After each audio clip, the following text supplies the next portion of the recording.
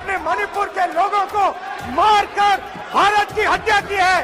आप देशद्रोही हो, आप देशभक्त नहीं हो, आप देश प्रेमी नहीं हो, आप देशद्रोही के प्रधानमंत्री मणिपुर में नहीं जा सकते हैं क्योंकि उन्होंने देश की हत्या की है। मणिपुर में हिंदुस्तान की हत्या की है। आप भारत माता के रखवाले नहीं हो, आप भारत माता के हत्यारे हो। और हर रोज जब तक आप हिंसा को बंद नहीं करोगे तब तक आप मेरी मां की हत्या कर रहे हो।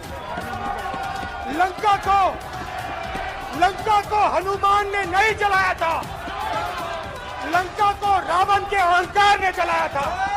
नमस्कार दोस्तों, संसद में अविश्वास प्रस्ताव पर चर्चा का आज दूसरा दिन था। चर्चा के पहले दिन भी मोदी संसद से गायब थे और आज भी मोदी संसद से गायब थे।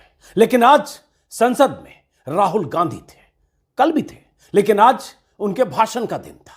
राहुल गांधी आज प्रधानमंत्री मोदी की गैर मौजूदगी में गरज रहे थे, बरस रहे थे और वो सारी बातें कह रहे थे जो आज तक प्रधानमंत्री मोदी और उनकी सरकार के लिए संसद के भीतर या संसद के बाहर किसी ने कहने की हिम्मत नहीं जुटाई या कहें जोखिम मोल नहीं लिया।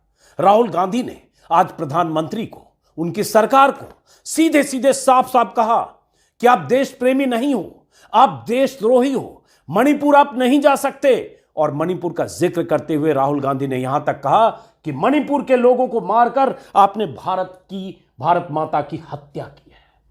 राहुल गांधी जब यह कह रहे थे कि आपने भारत मां की हत्या की है, राहुल गांधी जब यह कह रहे थे कि रावण को राम ने नहीं मारा, रावण को उसके अहंकार ने मारा, राहुल गांधी जब यह कह रहे थे कि आप भारत माता के रखवाले नहीं हो, आप भारत माता के हत्यारे हो, राहुल गांधी ये कह रहे थे कि आपने हमारी भारत माता की हत्या की है। राहुल गांधी जब ये कह रहे थे आप देशद्रोही हो, राहुल गांधी जब कह रहे थे आप देशभक्त नहीं हो, आप देश प्रेमी नहीं हो। आप सोच सकते हैं सामने बैठे सत्ता पक्ष के सांसदों और मंत्रियों पर क्या गुजर रही होगी, शोर शराबा हंगामा।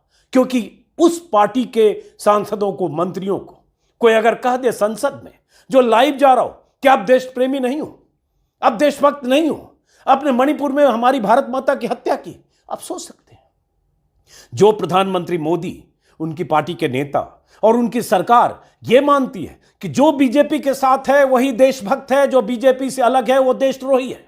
अगर उस संसद में राहुल गांधी 140 दिन बाद आकर यह कहें कि आप मणिपुर जाने की हिम्मत नहीं जुटा पाए, तो बीजेपी की नाराजगी वाजिब है। बौखलाहट, तिलबिलाहट, सब कुछ कैमरे में, शोर शराबा।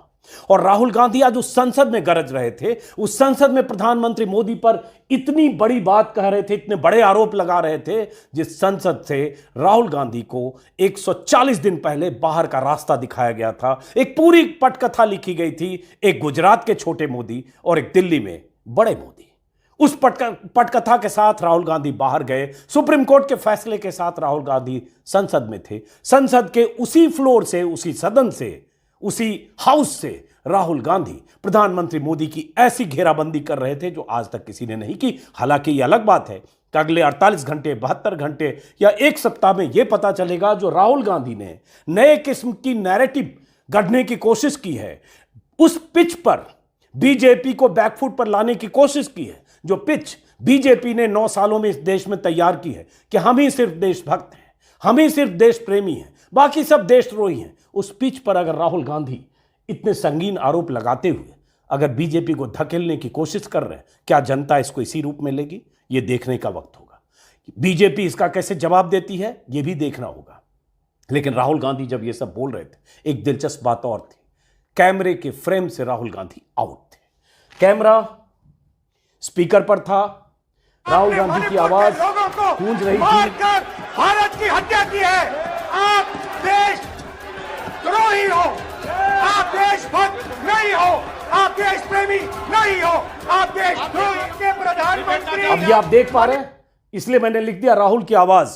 आवाज राहुल गांधी की है, आरोप राहुल गांधी के हैं। इतनी बड़ी बात राहुल गांधी कह रहे हैं कि आपके प्रधानमंत्री मणिपुर नहीं जा सकते, आप देशद्रोही हो, आप देशभक्त नहीं हो। और कैमरे का लेंस राहुल गांधी को फ्रेम से बाहर रख रहा था, स्पीकर पर कैमरा था, कहीं से कुछ तय हुआ होगा कि जब ऐसी बात बोलें तो राहुल गांधी को फ्रेम में नहीं लाना है। और ये विपक्ष के नेता लगातार आरोप लगाते भी रहते हैं। क्या राहुल गांधी की ऐसी बात जो कही ये संसद की कार्यवाही से बाहर निकलेगा? अभी पता नहीं। अगर नहीं निकलेगा तो ये कैसे फ्रेम से आउट हुए, ये मुझे पता नहीं। लेकिन